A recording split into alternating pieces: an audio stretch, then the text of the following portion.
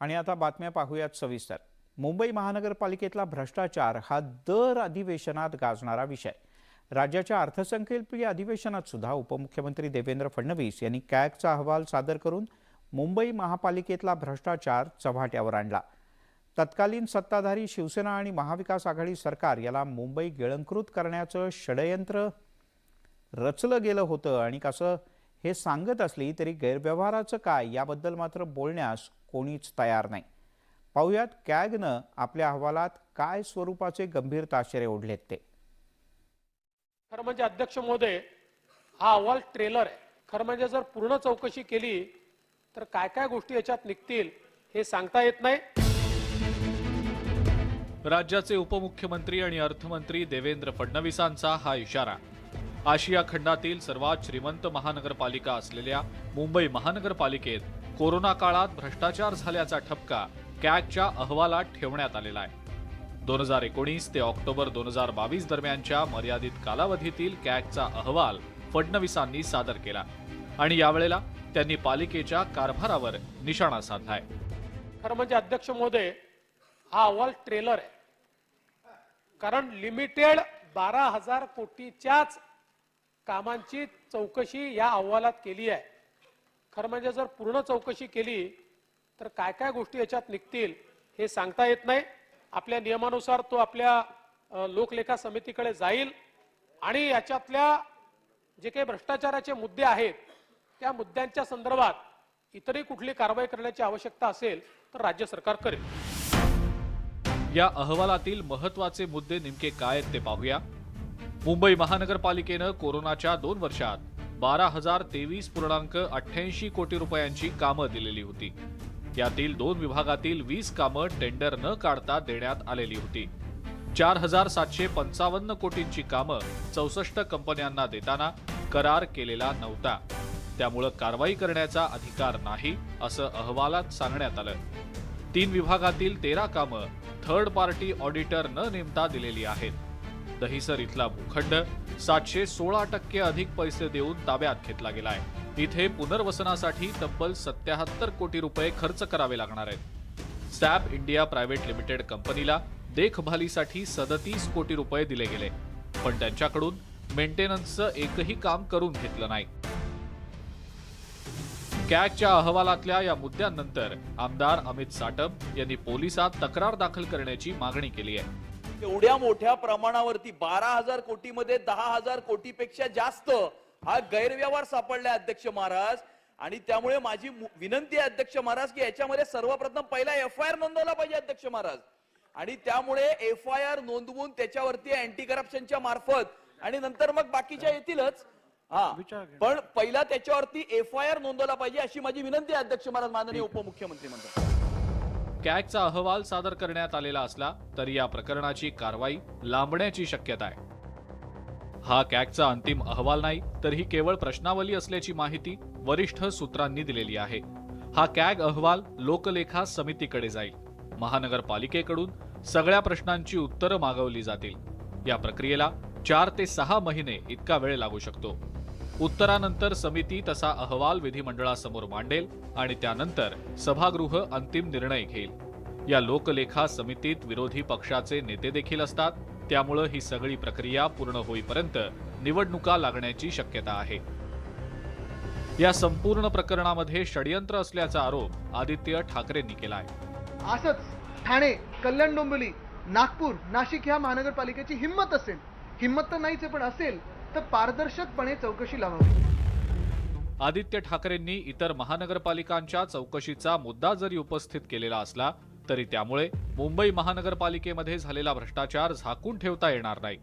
सरकारनं देखील केवळ निवडणुकांपुरता दिखाऊपणा न करता भ्रष्टाचाऱ्यांवर कठोर कारवाई करून या भ्रष्टाचाराला चाप लावणं गरजेचं आहे, तरच हे भ्रष्टाचार विरोधी सरकार असल्याचं सिद्ध होऊ शकेल। प्रणाली कापसेसह bureau report, news 18 Lokmat, Mumbai. इकडे मुंबईतील टँकर माफियांच्या माध्यमातून पाणी पुरवठ्याच्या सुमारे 10,000 कोटींचा गैरव्यवहार होत असल्याच्या आरोपांची पालिकेच्या अतिरिक्त आयुक्तांच्या मार्फत चौकशी करण्याची घोषणा मंत्री उदय सामंत यांनी विधानसभेत केली। भाजपचे नेते आमदार आशिष शेलार यांनी मुंबईतील पाणी प्रश्नावर लक्षवेधी मांडली होती।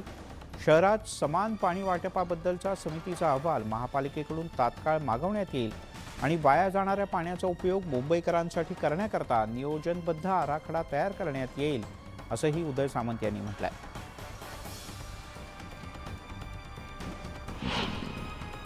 एका वॉटरवेल मधनं एका वर्षाला 80 कोटी रुपयाची पाणी चोरी होते. अध्यक्ष महोदय, मुंबई शहरामध्ये 19,000 वॉटरवेल मध्ये जवळजवळ 10,000 कोटीचा वार्षिक व्यवसाय होतो आणि त्याचा सगळा पैसा हे पाणी चोर, पाणी टँकर, कंत्राटदार किंवा अन्य लोक घेतात. महापालिकेला ना रेव्हेन्यू मिळत, मुंबईकरांना वेळेत पाणी पण मिळत नाही.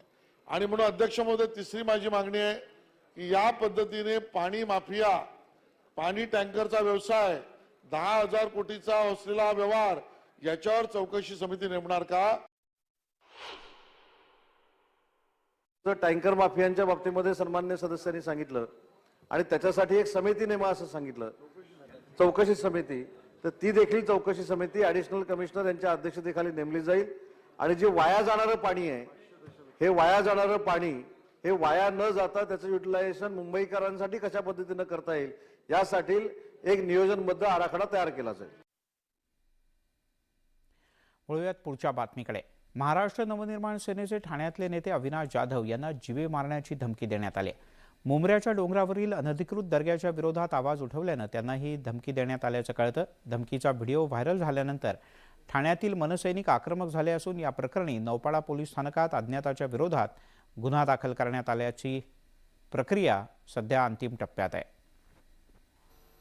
तर अविनाश जाधव साहेबांना ठार मारण्याची वगैरे धमकी वगैरे दिली जाते, हम इसको छोडेंगे नाही वगैरे असं बोललं जातं आहे. तरी अशा धमक्याला माननीय अविनाश जाधव साहेब तर भीक घालणार नाही आणि आम्ही मनसे देखील घालणार नाही. आम्ही सगळे राजसाहेबांचे सैनिक आहोत. तुम्हाला बोलायचं समोरून बोला. हे कसले असले व्हिडिओ वगैरे काढताय. तो वाघाचा बछडा आहे, तो त्याच्या निराळ्या छातीने तो तिथे मुंबऱ्यात जाऊन तिथे सगळं पाहणी करून आल्यानंतर त्यांनी सगळ्यांना दाखवलं की इथे काय चाललेलं आहे. तर या अशा धमक्या वगैरे आम्ही तिकडे प्रभादेवीमध्ये गणेशोत्सवाच्या दरम्यान झालेल्या गोळीबार प्रकरणात आमदार सदा सरवणकर यांच्यावर अखेर गुन्हा दाखल करण्यात आला आहे. आर्म्स ॲक्ट अंतर्गत त्यांच्यावर हा गुन्हा दाखल करण्यात आला आहे. गृहमंत्री देवेंद्र फडणवीस यांनी विधान परिषदेत याबद्दलची माहिती दिली. दरम्यान सदा सरवणकर यांचा शस्त्र परवाना रद्द करण्याच्या सूचना देखील देण्यात आल्याचं त्यांनी सभागृहात सांगितलं.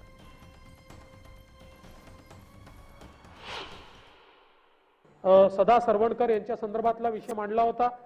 या नमूद गुन्ह्यामध्ये 14 साक्षीदार तपासले आणि त्याच्यामध्ये श्री सदा सरवणकर, त्यांचा मुलगा समाधान सरवणकर असं एकूण 11 आरोपितांना कलम 41(अ)(1) या अन्वये नोटीस देण्यात आली. त्याचप्रमाणे त्यांचं जे लायसन्सधारी पिस्टल आहे ते त्यांनी स्वतःजवळ बाळगणं आवश्यक असताना त्यांनी ते गाडीत ठेवलं, असं ठेवता येत नाही आणि म्हणून त्याही संदर्भात आर्म्स ॲक्ट 1959 चे कलम 30 अन्वये त्याच्यावर कारवाई करण्यात आलेली आहे. त्याचबरोबर त्यांनी लायसन्स आणि शर्ती नियमांचं उल्लंघन केलं असल्याने त्यांना जो काही शस्त्र परवाना दिलाय तो रद्द करण्याच्या संदर्भातली कारवाई देखील या ठिकाणी सुरू करण्यात आलेली आहे. एका आमदारांनी दादरच्या परिसरामध्ये रिव्हॉल्वरून गोळी झाडली. ती गोळी जी मिळाली ती त्यांच्याच रिव्हॉल्वर मधून निघाली म्हणून सांगितलं आणि नंतर तपास झाल्यावर म्हणले गोळी त्यांच्याच रिव्हॉल्वर मधली होती पण त्यांनी नाही झाडली. मग काय भूतानी येऊन झाडली काय? म्हणजे आम्हाला काही वेडबिड समजतात का काय, मला काही कळत नाही. का लोकांना ते काही दूधखुळे समजतात काय, मला तर काही कळलेलं नाही. मुंबईमध्ये अंमली पदार्थांचा एक मोठा बाजार सुरू असल्याचा खळबळजनक आरोप आमदार अनिल परब यांनी केलाय. एवढंच नाही तर थेट आमदार निवासाच्या जवळ सर्रासपणे अंमली पदार्थ मिळत असल्याचाही दावा त्यांनी केला. पोलिसांनी धाड टाकण्याच्या आधीच हे धंदे बंद केले जातात असंही परब म्हणाले. आमच्यावर कारवाई करायला पोलीस रात्री 12 वाजता येतात पण पोलिसांना हे अवैध धंदे का दिसत नाहीत असा प्रश्न त्यांनी सभागृहात उपस्थित केला. सत्ताधाऱ्यांना दम दाखवायचा असेल तर तो गुन्हेगारांवर दाखवा, विरोधकांवर नाही असंही आव्हान परब यांनी दिलं. तर गृहमंत्री देवेंद्र फडणवीस यांनी परब यांच्या प्रश्नाला उत्तर देत अंमली पदार्थांच्या संदर्भात कारवाई केल्याचं सांगितलं.